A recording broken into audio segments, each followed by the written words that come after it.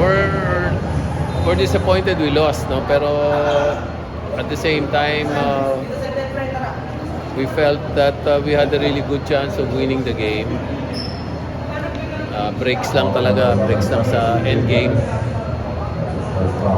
Parang maraming na miss na calls ang tingin namin na pwedeng magswing ng ng momentum to our side, but we did not get those calls. But yun nga, it's a one possession game. It's a one possession series. I mean situation where we felt na yung results ng laro was just difference of one possession. We still feel good about the series. We know it's gonna be hard climbing back, but we're getting used to finding ways to win. Tingin namin na this game could have gone either way, and if we had won this game, the series would have been tied. So that's our perspective. It's a positive perspective. The series, no, yes, we're down 3-1, but it could have easily been even series.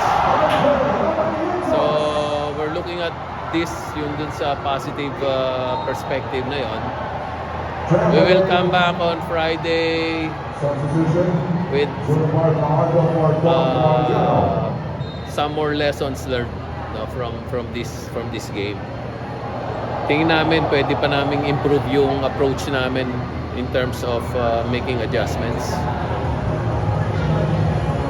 Both teams shot poorly. Sama talaga yung shooting. Pero sa amin kasi, tingin namin,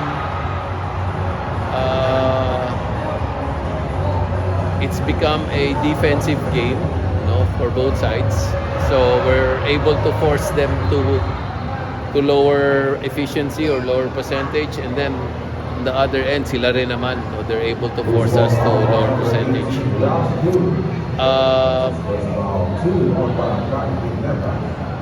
Siguro rin, no, our hope is just to keep the game and the series going. RHJ is playing like more than 46 minutes a game, no, at high intensity. So tingin namin kung ma-extend namin ito ng 6 or 7 games, there's a possibility that he might tire out. So that's just our objective. Keep the game, keep the series going. Manalo ka ng minsan, that means there's another game. Manalo ka pa ng minsan, that means there's another game. And yun nga, our best option here is keep the game going, keep the game, keep the series going. And at some point, we'll be fresher than they are. So, huwag ka lang matalo agad. Kailangan lang mag-continue yung series. Coach, si game, nakita ko sa game. Si game has been playing extended minutes in the series. Actually today, you really recognize that we shot poorly from the 3-point line. When Gabe Norwood becomes your best 3-point shooter. So, 2 out of 3 siya sa 3 points eh. Yung mga shooter namin sa 3 points eh, yung percentage niya 66% eh, no? Tapos yung mga shooter namin eh, mga 20%, meron pa 11%. Ayun nga, when Gabe becomes your best 3-point shooter, you know you have problems with your shooting. Yun ang patirahin ng Ultra.